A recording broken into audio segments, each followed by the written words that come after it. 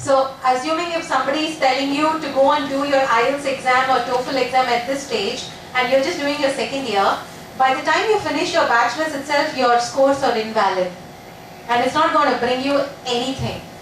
Alright? So think about anything, think about doing any of these courses in your third year. And I would again say that before you could go and enroll in any of these courses, even for coaching, please meet your counselor first. Visit IDP office, meet your counselor, at least get the basic counseling done with them, as in understand the process, and then go and enroll in the entrance exams, all these courses. We don't run coaching center, so IDP doesn't have coaching classes for any of these exams. But yes, we are the official testing center for IELTS exam, which is your English language test. So students are allowed to come and book for the test with us, but we don't do coaching. But since we are in the education industry for many years now, we can give you references, we can give you coaching centers from where we have heard some good feedbacks.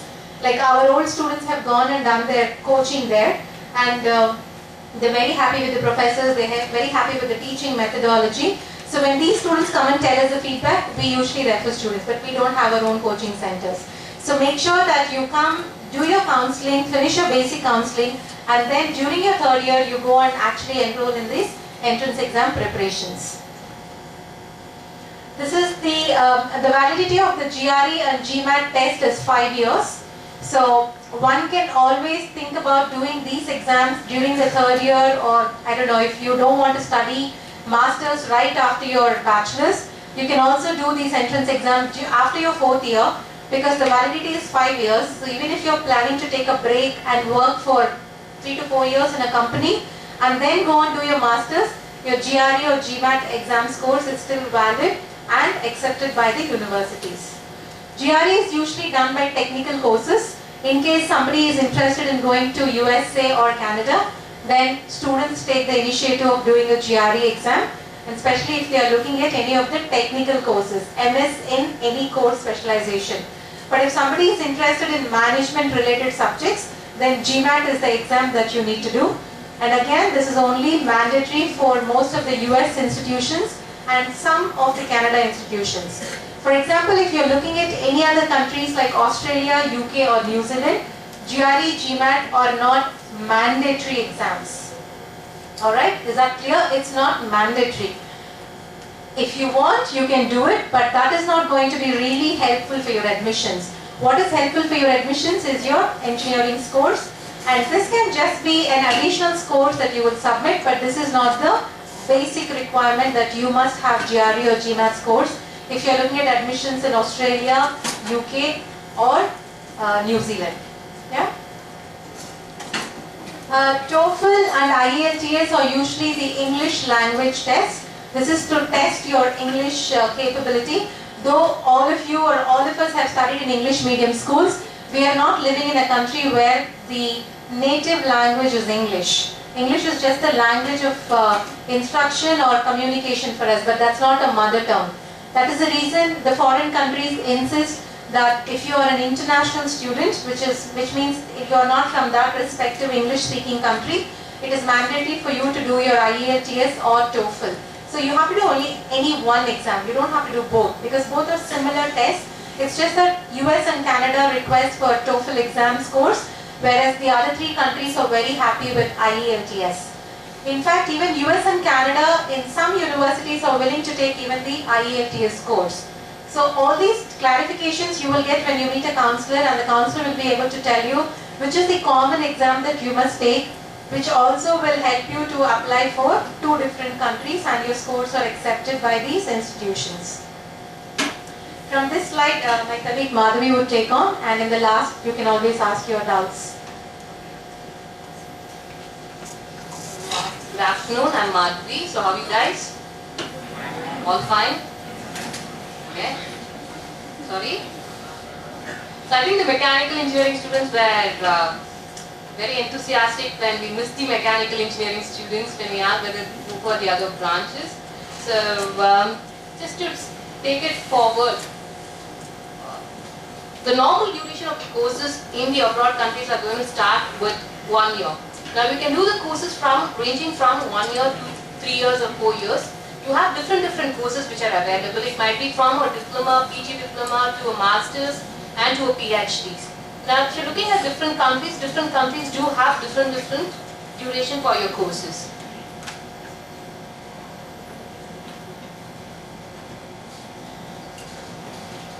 Okay. The expenses, the most important point of our discussion is going to be the expenses what we are going to spend for our higher education. Now there are two things what you have to keep in mind. One is going to be the tuition fees and another one is going to be your living expenses. Now the tuition fees differ from country to country and the universities to university. Whereas the living expenses will be the same for any university where you go within a country.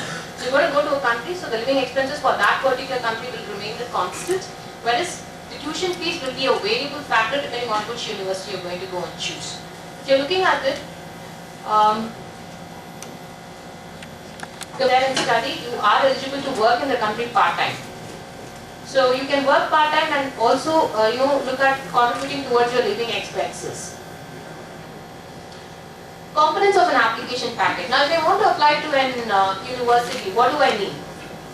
I need to have all my mark sheets. So from semester 1 to semester 8, all my mark sheets to be there. So if in case you guys are not getting your, or if in case you guys have lost your mark sheets, please avail your duplicate mark sheets and keep it ready because you need to submit it to them. Apart from the mark sheets, there are two more important things which are going to be your statement of purpose and letter of recommendations. So statement of purpose. Any idea what is a statement of purpose is?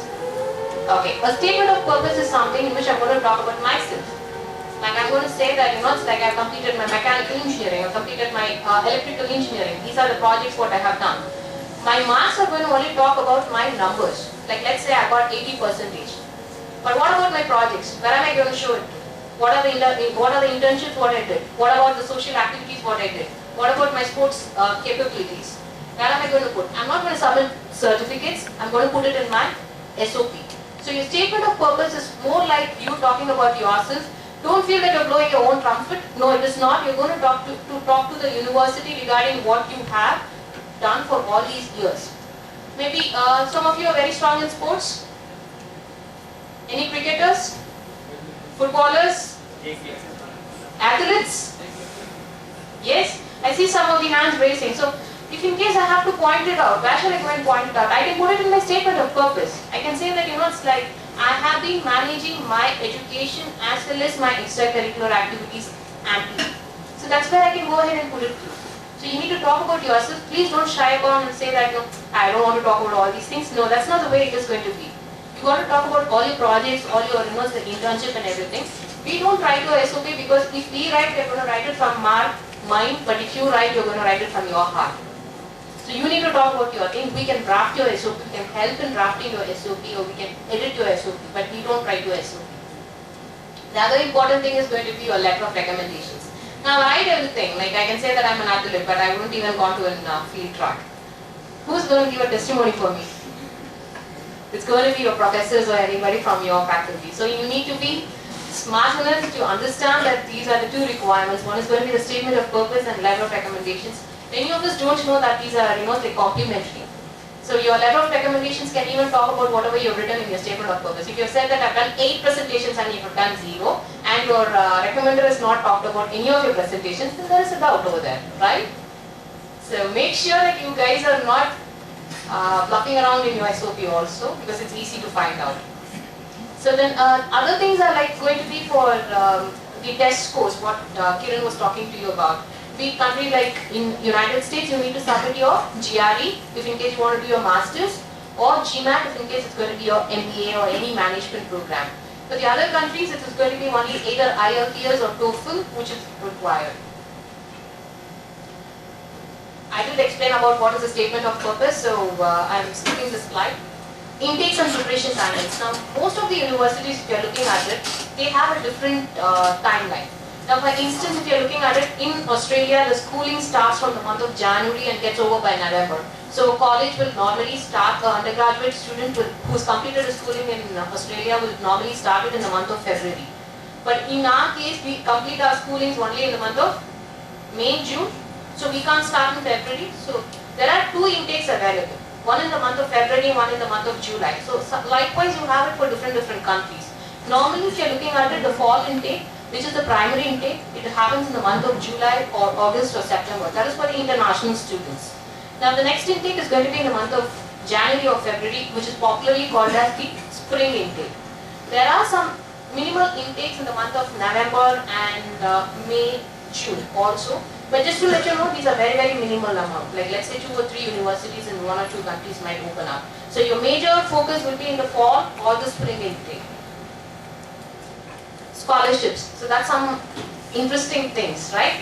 So what do I have to do if in case I want to have a scholarship? Now as we know that there is a limited amount of scholarships which are available for each and every student.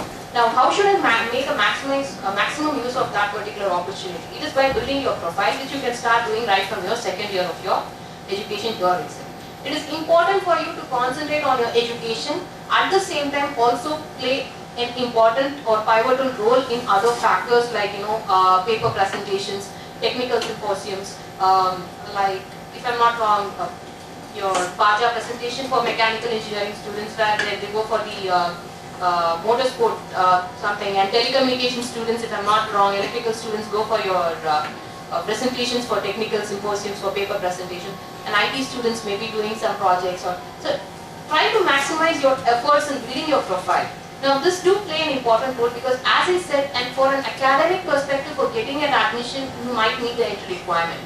But to make sure that you are meeting the entry requirement for scholarships, you need to exceed the academic requirement being set. For instance, if it is 65% which is required for getting an university in any particular country, at least if in case you have more than 75%, you do stand a chance to get a scholarship in that university. So you need to exceed the minimum benchmark which is set. There are different types of scholarships which are available. One is for the international students, the entire pool of international students. One is country specific, like what Kiran told sometime before. So admission cycle. Now, how can we help you? We can help you from this is the normal admissions cycle. So you need to first identify what course you want to study. So there are a lot of opportunities for each and every sector to study through. Like for instance, biotechnology students can study about food technology and food processing. Mechanical students can study about manufacturing, production, engineering management. Telecommunications for electronics and communication students. Electrical students can study about power and maybe electrical. IT students have a lot of opportunities with software, networks, data mining. A lot of opportunities. I know that you're talking to a second year student, but that you need to be aware that there are opportunities for you. So you need to identify when should you start this. If you're planning to study after your completion of undergraduate, you need to start at least 1 year before. Like let's say you guys will be completing in 2019, right? So you need to start at least by 2018 doing your homework, like what you want to study and everything. So in your pre-final, after your completion of your pre-final year, that's after you complete your 3rd year, you need to start working on towards it. The reason is because most of the universities do have a admission deadline, which will be 8 months before your course start date. So for a fall 2019, the deadline would have been in the month of December 2018. So you need to start early. So look at coming to the office sometime, talk to a counselor and identify when you want to start the process. So you can start with the course and university selection, you take your admission test, then you submit your applications, and we can help you out with your visa preparations and everything. Until till you go to the country, we do give you a pre-departure, like we welcome all the students and we give them a final goodbye to their particular destinations. So that's what we talked about. We will give you about university, visa application and also the pre-departure guidance. Okay, I'm just going to quickly go through the destinations what we handle. So Australia, I'm an Australian counselor. So when I say Australia, what's the first thing which comes in your mind? Sydney. Sydney. Alright, then? Melbourne. Okay, so all cities come into your mind. So nothing else? Cricket? Boxing Day test? No? Sorry? Yes? So you guys have spoke a lot about Australia now. So like, what's the capital of Australia? Canberra. Wow, that's nice. So it's not Melbourne or Sydney, it's Canberra. So just to let you know what Australia is looking like and how it can help you out. Australia, if you're looking at it, is the 6th largest country in the world, but it has a very less population. It just has 2 person per square kilometer, which is like, the country is as big as, the population is only as less than Chennai. So when you have an opportunity like that, I think it's like you can make it maximum, because there are opportunities available for technically qualified students to study, to work, and to get settled or to go ahead in their life. Now what is that? What the Australian universities offer you is a wide variety of courses. There are only 39 universities in Australia, and out of these 39 universities, each and every university do have different requirements and have different course specifications. You won't find the same courses being offered in the same different thing. For instance, a Masters of Engineering in Electronics in a University A might not have the same course structure in University B. So you need to be sure about what you want to study and identify that. Why an Australian education? I'm just going to talk about why an overseas education, because almost all the slides will be talking about the same point. Number 1, when I want to go abroad and study, what do I get? I get a multicultural environment. I do get interacted with a lot of other students from other communities, like other countries. I meet students from China, I meet students from Southeast Asia, America. I do understand their culture, I do understand what is good for them, and I do know how to go ahead and maybe in future if I want to settle in a country like that, it is easy for me to adapt to their culture. So that is something what these abroad countries do give you, like a multicultural environment. Then they do have a wide range of courses like what I spoke to you. In few of the countries you do have courses specified to only that particular stream, like for instance somebody coming from civil engineering can do courses related to surveying or geotechnical engineering or anything like that. So you have different courses, and you do have part-time opportunities in different countries which can contribute towards your living expenses also. Now as far as Australia is concerned, you have something called